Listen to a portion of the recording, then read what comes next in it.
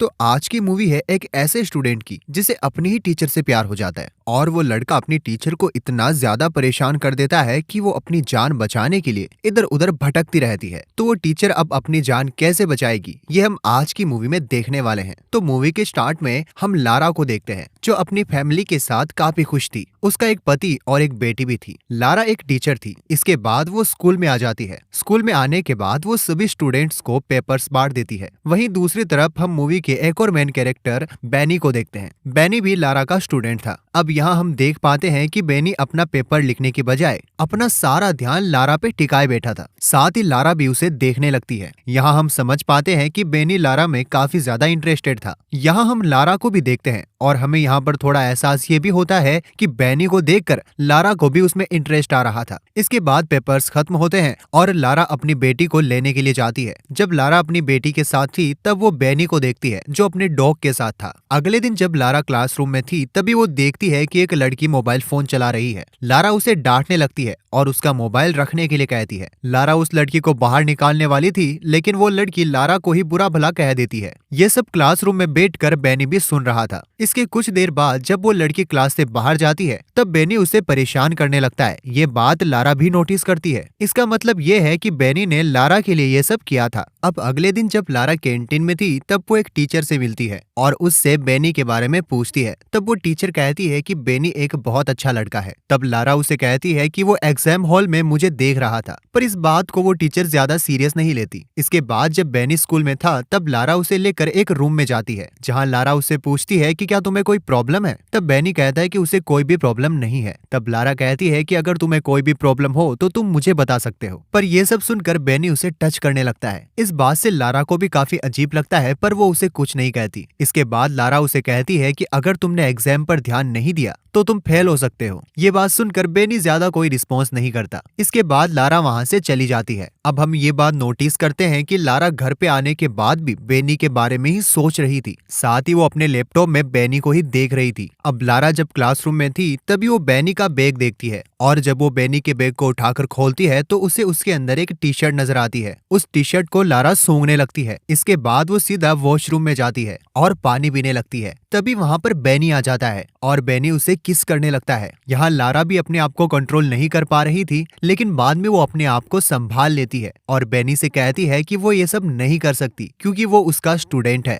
इसके बाद लारा वहाँ से चली जाती है। अगले दिन फिर से क्लास में बैनी लारा को ही देखे जा रहा था। जब लारा बाहर आती है तो बैनी उसका पीछा करने लगता है और उससे अकेले मिलने के लिए कहता है, लेकिन इन सब के लिए लारा उसे मना कर देती है और कहती है कि वो ये सब नहीं करना चाहती। अच्छा यही होगा कि बैनी उसे भूल जाए। ये कहकर वो वहाँ से चली जाती है। इन सब के बाद जब बैनी अपनी कार के पास आती है तो वो देखती है कि उसकी कार किसी ने तोड़ दी है और उसकी कार पर काफी ज्यादा स्क्रैचेस पड़े हुए हैं। शायद ये कार बैनी ने ही तोड़ी थी क्योंकि लारा ने उसके साथ रहने से मना कर दिया था। अब लारा अपनी बेटी को लेने के लिए चली जाती है और अपनी बेटी को लेकर घर पर जाती है। अगले दिन लारा फिर से जब स्कूल में टेस्ट पेपर्स बांट रही थी तभी बैनी उसके साथ बदतमीजी करने लगता है और वहाँ पर उससे गंदी गंदी बातें करने लगता है। ये सब सुनकर सारे स्टूडेंट्स चिल्लाने लगते हैं और गुस्सा होकर लारा बैनी का बैग बाहर फेंक देती है, लेकिन बैनी फिर भी नहीं मानता। इसलिए लारा को क्लासरूम से बाहर जाना पड़ता है। जब लारा घर पर अपनी बेटी के साथ थी तभी उसे एक कॉल आता है और जब वो उस कॉल को रिसीव करती है तो उसे किसी की भी आवाज सुनाई नहीं देती और ये सब देखकर लारा परेशान होने लगती है। अब अगले दिन लारा फिर से जब स्कूल में जाती है तब वो फिर से बैनी को देखती है और बैनी को देखते ही उसे काफी ज्यादा डर लगने लगता है, जिसकी वजह से वो क्लासरूम से वापस मुड़ जाती है और अपने घर चली जाती है क्योंकि बैनी की वजह से लारा काफी परेशान हो गई थी और उससे अब डरने भी लगी थी। अब एक दिन लारा एक म्यूजियम में जाती है। जब वो कुछ फोटोज देख रही थी तभी वहाँ पर उसे बैनी नजर आता है जो बस उसे ही देखे जा रहा था। वो बैनी को देखकर वहाँ से जाने लगती है लेकिन बैनी भी उसके पीछे पीछे आने लगता है। जब एक जगह पर बैनी उसके पास आने की कोशिश करता है तो लारा वहाँ से चली जाती है। इसके बाद लारा लिफ्ट में आ जाती है लेकिन तभी वहाँ पर बैनी भी आ जाता है और उसके साथ लिफ्ट में चढ़ जाता है।